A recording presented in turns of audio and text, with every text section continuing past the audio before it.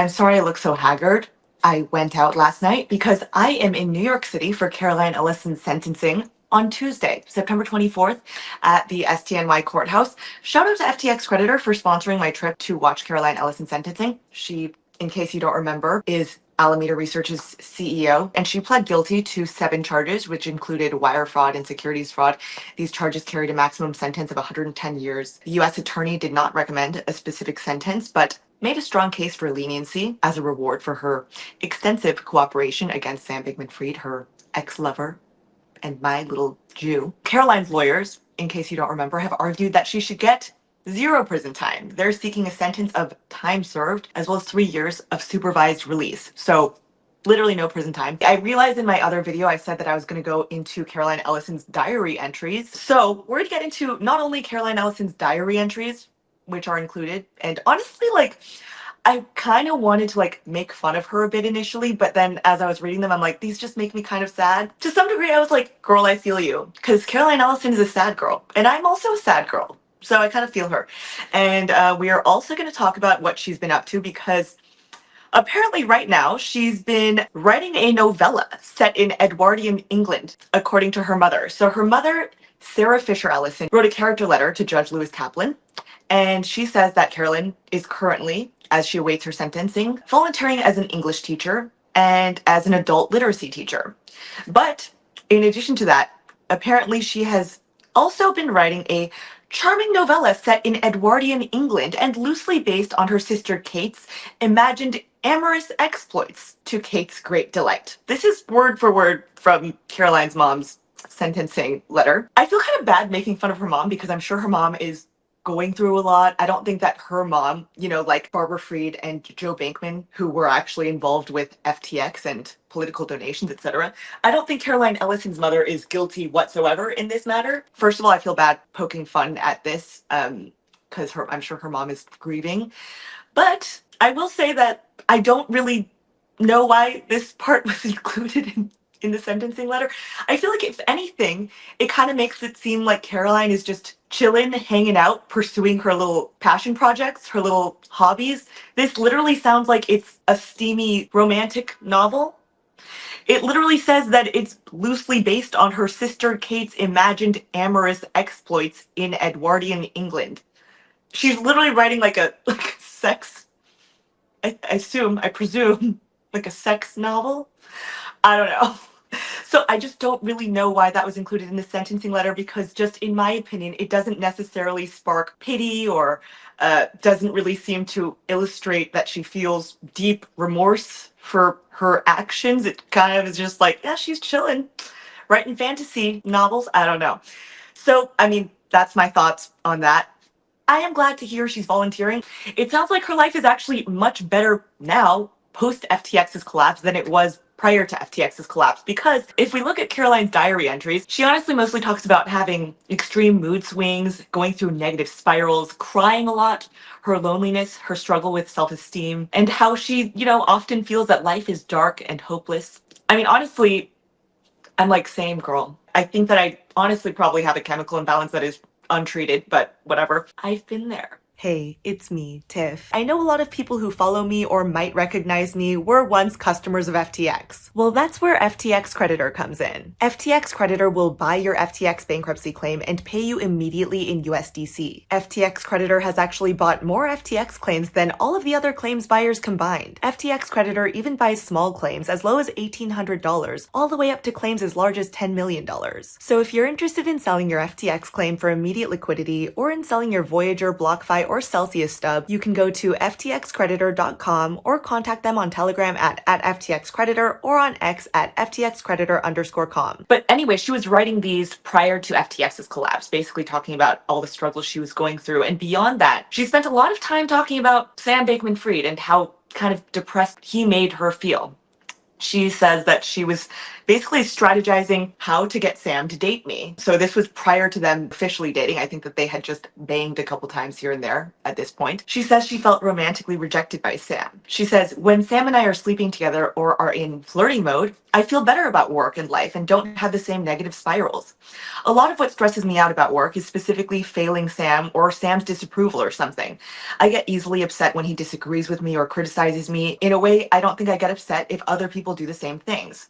Maybe I feel like Sam is rejecting me for not being good enough, and then everything else he says or does is just rubbing this in. Sam has fucked up beliefs about relationships. His avoidant attachment style means he fixates on flaws as a way to avoid commitment and getting close to people. Literally no one is good enough for Sam. That's the point. As you guys know, I visited Sam throughout his house arrest. I got to know Sam pretty well, and we talked quite a bit about like our views on relationships. I think largely because I was like whining about my ex-boyfriend. But I mean, Sam has told me that he's very avoidantly attached, and he basically told me that whenever Caroline would start to become like a bit clingy or start to sort of come closer to him and ask more of him, that would make him in turn just want to back away and withdraw, basically. So, I mean, they basically sound like the classic anxious avoidant attachment styles. It's a thing. I think I'm anxious in relationships just like Caroline. So, and I will say that sometimes, I mean, I was not in a relationship with Sam, but sometimes he would be avoidant towards me. Sam could sometimes be very warm, text me every once in a while, and then sometimes he'd go like a fucking month and ignore me. In fact, I mean, Sam and I have been in contact via email, via this app called Core Links. It's basically the prison email system. So I was previously talking to Sam pretty regularly. He added me to his email list in January of this year. And then suddenly he just ghosted me in June. I've now taken this video into just me ranting about how I feel kind of hurt and offended that Sam ghosted me in June. And I missed that little nerd. This sums it up. She says, I think I feel like Sam doesn't love me because I'm not good enough for him, and that Sam's rejection is really painful. I'm trying to save money because New York City is incredibly expensive. So all I have eaten today is this bag of Trader Joe's Madras lentils. I'm just eating it cold, right out of the bag. So if anyone would like to, no pressure, but if you'd like to send me a super chat or donate to me, my donation links are in the description. It's honestly not that bad. Oh, funny note, a random crypto criminal who I looked up, apparently he's called a Bitcoin bandit, reached out to me, and he's in prison at MDC as well. Not in the same unit as Sam, but he says that Diddy is going to MDC Brooklyn. I think he's there right now. And he says that Diddy might go into the same unit as Sam, which is called 4 North, because it's for high profile individuals who like are kind of at risk of being beat up and whatnot. So that would be a fun twist of events. Did Sam ever talk about Caroline when you interviewed him? Yeah, I did mention this, but yeah, Sam talked about Caroline honestly quite a bit. It honestly sounded like she was far more into him than he was into her. I mean, that's how he made it sound. But now that her diary entries have actually come to light, it's not just like him trying to sound cool. It does really sound like she really liked him and like was trying to get him into a relationship, and he didn't necessarily want to be in one. But G-Log is in the house. I'm sorry, I just got to your comment, but G-Log says, Caroline looks like Sandy Cheeks from SpongeBob. She ratted on my son. She probably got a cooperation agreement. Based on me chatting with like a lawyer as well, he said that it is highly likely or possible that she could get 0 prison time because of her extensive cooperation. And that obviously, if you cooperate with the government, and especially if you're a key player or a star witness, as Caroline Ellison was, then the government obviously wants to highly reward that. In my opinion, since Caroline Ellison was facing 110 years in prison, and seeing as Sam Bankman-Fried got 25 years, to me, I understand that the government wants to incentivize cooperation, but to me, a slightly more lenient sentence would make sense, like something like going from 20 or 25 years to being cut down to maybe 10 years, To me, that seems very lenient. But, I mean, I'm also not someone who's like, with pitchforks, ever super stoked to see anyone go to jail, but having the sentence reduced from maybe, say, 20 or 25 down to 0 prison time just seems outrageous to me. And in my opinion, Caroline is nearly equally as culpable as Sam Bankman-Fried. And from people on the inside, I mean, even Ryan Salem has very publicly posted about this, but also from some other employees, they said that they feel that Caroline Ellison is more guilty than Sam Bankman-Fried. Where can we read the diary? I had to download the documents from Pacer It's a PDF. I can include some screenshots in the video in the YouTube video format of this, but maybe I can take screenshots and upload them to my Substack as well if someone was interested in reading the diary entries themselves.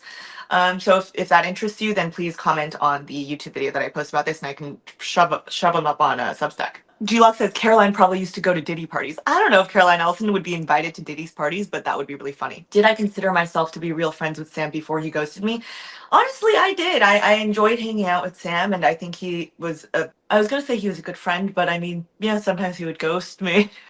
But no, I actually genuinely enjoyed hanging out with Sam. Thought he was quite funny and just said very unhinged things because he's probably on the spectrum, but I feel like he never would say the things that like most men try to say. Men often try to impress you and say the right thing and try to be smooth, but Sam is just so awkward. I found it somewhat endearing. So I really actually liked hanging out with Sam. I also sometimes wonder to what degree Sam was just using me or hoping to influence me and hoping that I would say positive things about him publicly. I'm very aware that there was probably a component of him kind of trying to use me. I think I've actually asked Sam, do you actually see me as a friend or are you just trying to use me? And he was like, a bit of both. But that's the thing about Sam. At least the man is honest. He could have just bullshit me, but he's like, yeah, sometimes I'm trying to use you.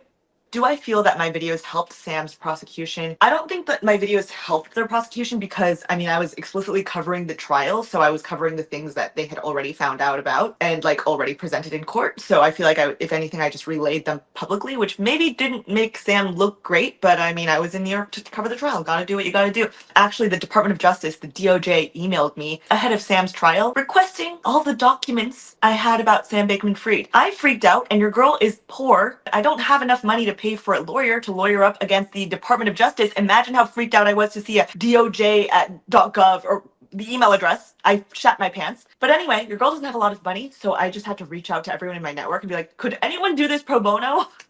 So Edward Snowden's lawyer, Ben Wisner, amazing, wonderful man, took it on pro bono and talked to the DOJ so that I didn't have to turn anything over that Sam had given me or any of our interviews that I had not already released. So I actually have intentionally not tried to aid the prosecution. Refreshing to see someone who hasn't turned into a media whore even with all the money dangled to sell out. Thank you. That's very sweet. Have Sam and Caroline talk to each other about me. I doubt it because I don't think they're in contact at all. I mean, as far as I knew during Sam's entire house arrest, he was not talking to Caroline and he should not have, like, that would technically be witness tampering. Also, they obviously have not ended on the best of terms since she testified against him and helped put him in prison for 25 years. So I kind of doubt that either of them have interest in rekindling a romance, personally. Aw, thank you so much. Happy Moon. That's very sweet. Hey everyone, if you're not Sam's mom, you better like the video. Thank you. Feel free to like the video. That's insane that Elon Musk follows me. Thank you. I was very shocked that Elon began following me on Twitter.